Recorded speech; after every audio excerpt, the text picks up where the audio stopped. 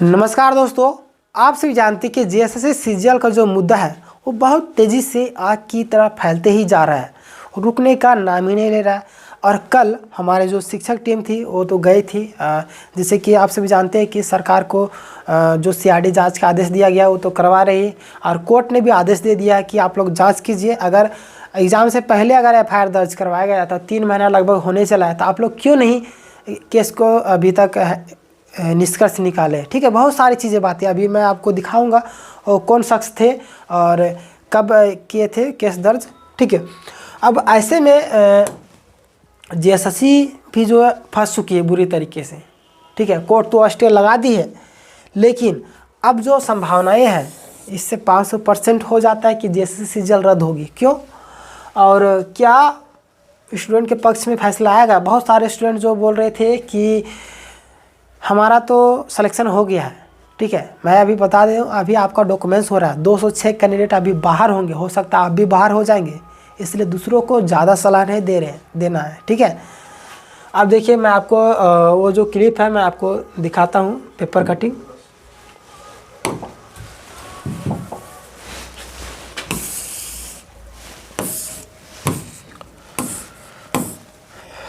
देखिए, सीजीएल परीक्षा को लेकर रातों में केस दर्ज।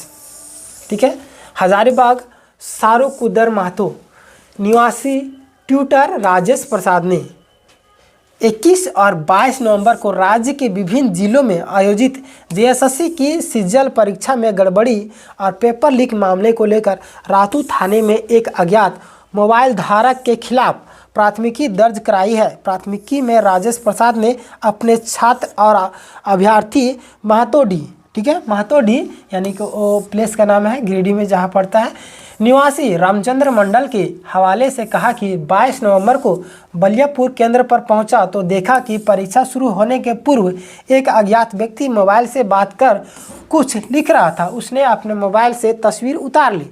ठीक है, वो बंदा था जो फोटो खींच लिया, उसने अपने मोबाइल से तस्वीर उतार ली। यह देख वह कागज फाड़ फरार हो गया, जो व्यक्ति आंसर लिख रहा था। ठीक है, इसी तरह की घटना धनबाद, हजारीबाग और रातू में भी देखने को मिली।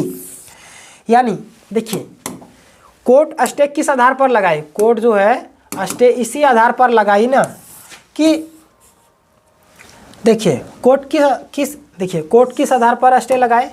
इसी के आधार पर स्टे लगाए, क्योंकि ये जो एफआईआर दर्ज करवाया गया था एग्ज़ाम से पहले और ऑनलाइन एफआईआर दर्ज करवाया गया था, जिसमें पुलिस कोई भी एक्शन नहीं ली। तो यहीं पे जज साहब बोले कि अगर केस दर्ज है पहले से तो आप लोग एफआईआर दर्ज यानी कि जब दर्ज करवाया गया तो आप लोग इस पर एक्शन क्यों नहीं लिए? इसका मतलब कुछ तो छिपाने की कोशिश किया जा रहा है। और जेएसएससी अपने प्रेस कॉन्फ्रेंस करती है और बताती है कि ऐसा कोई भी धांधली नहीं किया गया है, बहुत सारी चीज़ें बोलती है, लेकिन क्या जेएसएससी को अधिकार है कि वो जांच कर ले? नहीं ना। तो इसीलिए जो भी जांच होगा उनके पास इतनी बड़ी अधिकार दिया गया है, आप लोग पुलिस प्रशासन से जांच करवाइए।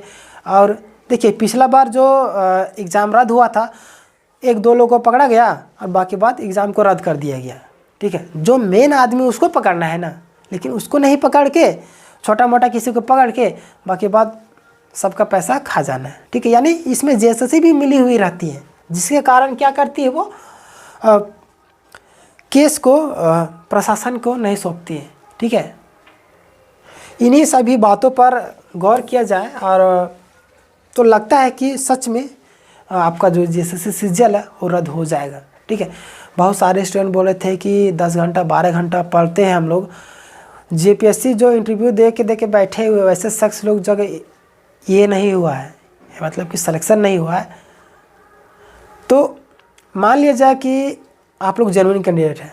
ठीक है, अगर आप लोगों का सच में सिलेक्शन हुआ है ना, तो डेफिनेटली कि अगर रद्द भी होगा ना तो आप लोग ज़रूर सेटिंग होने के बावजूद भी अगर स्थान बना लिए तो डेफिनेटली है कि आप लोग फिर से स्थान बना लीजिएगा और अच्छा से, और आप लोग को नौकरी भी दिया जाएगा ना इसमें, तो उसको नीचे लेवल का दिया जाएगा। जो लोग पैसे दिए हैं उन लोगों को ऊपर लेवल का नौकरी दिया जाएगा। इसीलिए इस चीज़ को उजागर करना ज़रूरी है। हालांकि दुख तो होगा, रिजल्ट हुआ है, दुख तो होगा, लेकिन क्या कर सकते हैं। आज आपका अगर इतना आंदोलन होने के बावजूद अगर जैसे सीजीएल रद्द ना होगा ना, तो जितने भी सेटिंग करवाने लोग हैं सब लोगों का मनोबल बढ़ जाएगा। ठीक, आने वाले दिन के बारे में भी सोचना है, अभी नहीं। आप बोले 10 घंटा पढ़ते थे, 12 घंटा, मैक्सिमम लोग जो दिखाई दे रहे थे जॉब वाले ही दिखाई दे रहे थे कि हम लोग जॉब करते हैं, जॉब के साथ में तैयारी करते हैं, ठीक है। हालांकि जॉब वाला को उतना टाइम नहीं मिलता है, दिन भर तो ड्यूटी में रहते हैं और 2-4 घंटा 1-2 घंटा टाइम मिलता है तो वो सवेरे चाहे शाम को पढ़ लेते हैं, अन्यथा वो तो जॉब में ही रहते हैं। तो 10-10 घंटा आप बात करें, 10-10 घंटा कहाँ से पढ़ते थे? हालांकि आप पढ़ते थे, ठीक है।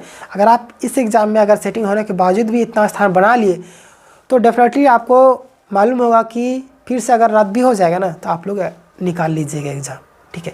तो इतना कॉन्फिडेंस होना चाहिए, आने वाले दिन के बारे में सोचना चाहिए, ठीक है। बाकी बात आप क्या सोचते हैं इस विषय में आप ज़रूर बताइए, ठीक है। क्योंकि और जो है सतवत एजेंसी जो है, ठीक है, सतवत एजेंसी वो उसको खारिज कर दिया गया।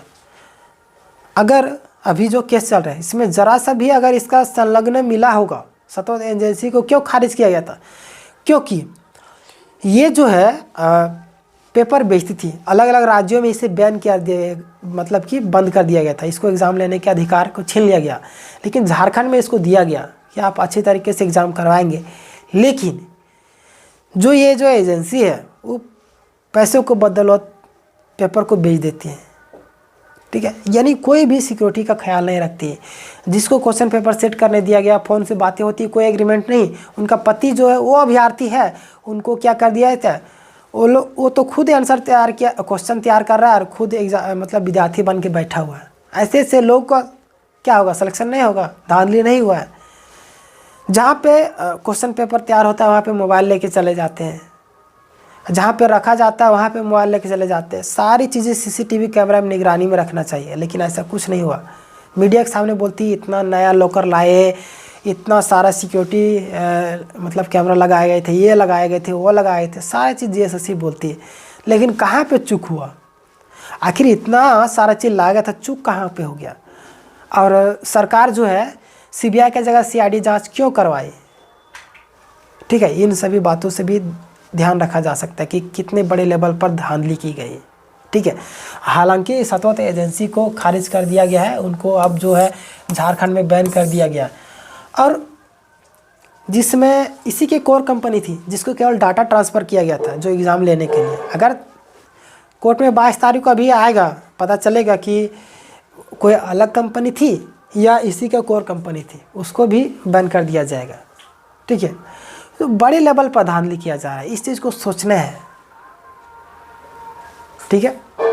हालांकि डर रहता है, पहचान ना बताए कि एजेंसी, क्योंकि सेटिंग का डर रहता है। हालांकि आप नाम नहीं बताए, लेकिन अगर नई कंपनी रहती तो पूरा का पूरा जो फिर से फॉर्म फिलअप करवाया था, डाटा ट्रांसफ़र नहीं करवाया जाता। लेकिन इसको केवल डाटा ट्रांसफ़र करवाया गया था एक कंपनी को, जैसे सीजल जो अभी ली है। और बाकी बात देखिए कितने बड़े लेवल पर धांधली की गई है। और जहाँ पे प्रिंट हो रहा था, प्रिंट मीडिया, वहाँ पे जो दरवाज़ा था वो भी छेद था, वहाँ से क्वेश्चन पेपर तो बाहर हो सकते थे। तो इन सभी बातों पर गौर करना होगा, ठीक है। अब आप क्या सोचते हैं, आप कमेंट में ज़रूर बताइएगा।